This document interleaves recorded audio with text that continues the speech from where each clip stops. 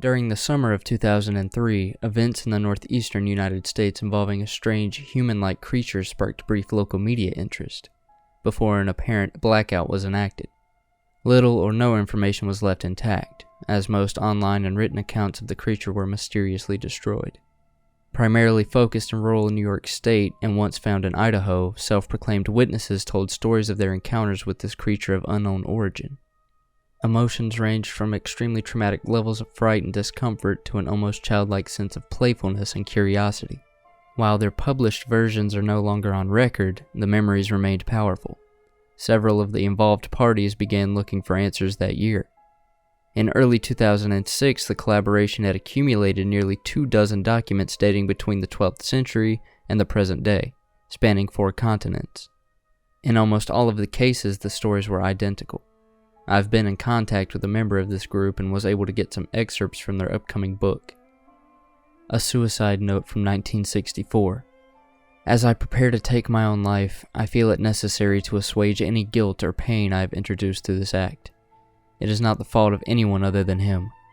For once I awoke and felt his presence, and once I awoke and saw his form. Once again I awoke and heard his voice, and looked into his eyes. I cannot sleep without fear of what I might next awake to experience. I can never awake again. Goodbye. Found within the same wooden box were 2 empty envelopes addressed to William and Rose, and 1 loose personal letter with no envelope.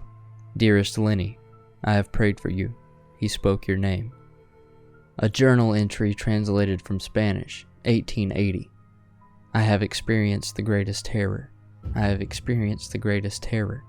I have experienced the greatest terror. I see his eyes when I close mine. They are hollow, black.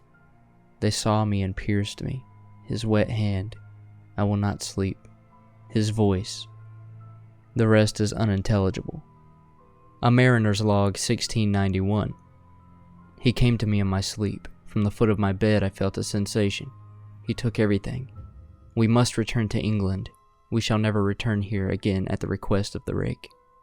From a witness in 2006. 3 years ago I had just returned from a trip from Niagara Falls with my family for the 4th of July. We were all very exhausted from a long day of driving, so my wife and I put the kids right to bed and called it a night. At about 4 a.m. I woke up thinking my wife had gotten up to use the restroom. I used the moment to steal back the sheets, only to wake her in the process. I then apologized and told her I thought she had gotten out of bed. When she turned to face me, she gasped and pulled her feet up from the end of the bed so quickly her knee almost knocked me out of the bed. She then grabbed me and said nothing. After adjusting to the dark for half a second, I was able to see what had caused her strange reaction. At the foot of the bed, sitting and facing away from us, there was what appeared to be a naked man, or a large hairless dog of some sort. The positioning of its body was disturbing and unnatural, as if it had been hit by a car or something. For some reason, I was not instantly frightened by it, but more concerned as to its condition. At this point, I was somewhat under the assumption that we were supposed to help him. My wife was peering over her arms and knees, tucked into the fetal position, occasionally glancing at me before returning to the creature. In a flurry of motion, the creature scrambled around the side of the bed, and then crawled quickly in a flailing sort of motion, right along the bed until it was less than a foot away from my wife's face. The creature was completely silent for about 30 seconds, or probably closer to 5, it just seemed like forever, just looking at my wife. The creature then placed its hand on her knee and ran into the hallway, leading to the kids' room. I screamed and ran for the light switch, planning to stop him before he hurt my children. When I got to the hallway, the light from the bedroom was enough to see it crouching and hunched over about 20 feet away. He turned around and looked directly at me, covered in blood. I flipped the switch on the wall and saw my daughter, Clara. The creature ran downstairs while my wife and I rushed to help our daughter. She was very badly injured and spoke only once more in her short life. She said, "He is the Rake." My wife drove her car into a lake that night while rushing our daughter to the hospital. They didn't survive. Being a small town, news got around pretty quickly. The police were helpful at first, and the local newspaper took a lot of interest as well. However, the story was never published, and the local television news never followed up either.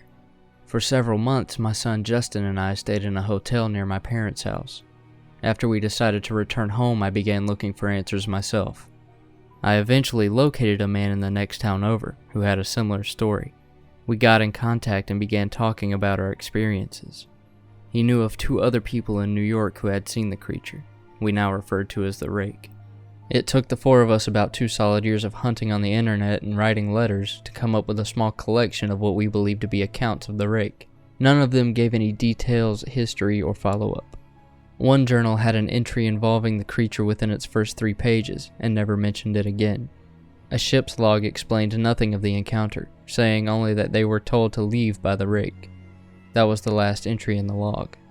There were, however, many instances where the creature's visit was one of a series of visits to the same person. Multiple people also mentioned being spoken to, my daughter included. This led us to wonder if the Rake had visited any of us before our last encounter. I set up a digital recorder near my bed and left it running all night, every night, for 2 weeks. I would tediously scan through the sounds of me rolling around in my bed each day and then waking up. By the end of the 2nd week, I was quite used to the occasional sound of sleep while blurring through the recording at 8 times the normal speed. However, that still took almost an hour every day. On the first day of the 2nd week, I heard something different, what I thought was a shrill voice. It was the Rake. I can't listen to it long enough to even begin to transcribe it. I haven't let anyone else listen to it yet. All I know is that I've heard it before, and I now believe that it spoke when it was sitting in front of my wife. I don't remember hearing anything at the time, but for some reason, the voice on the recorder immediately brings me back to that moment. The thoughts that must have gone through my daughter's head make me very upset. I have not seen the Rake since he ruined my life, but I know that he has seen me in my room while I slept. I know and fear that one night I'll wake up to see him staring at me.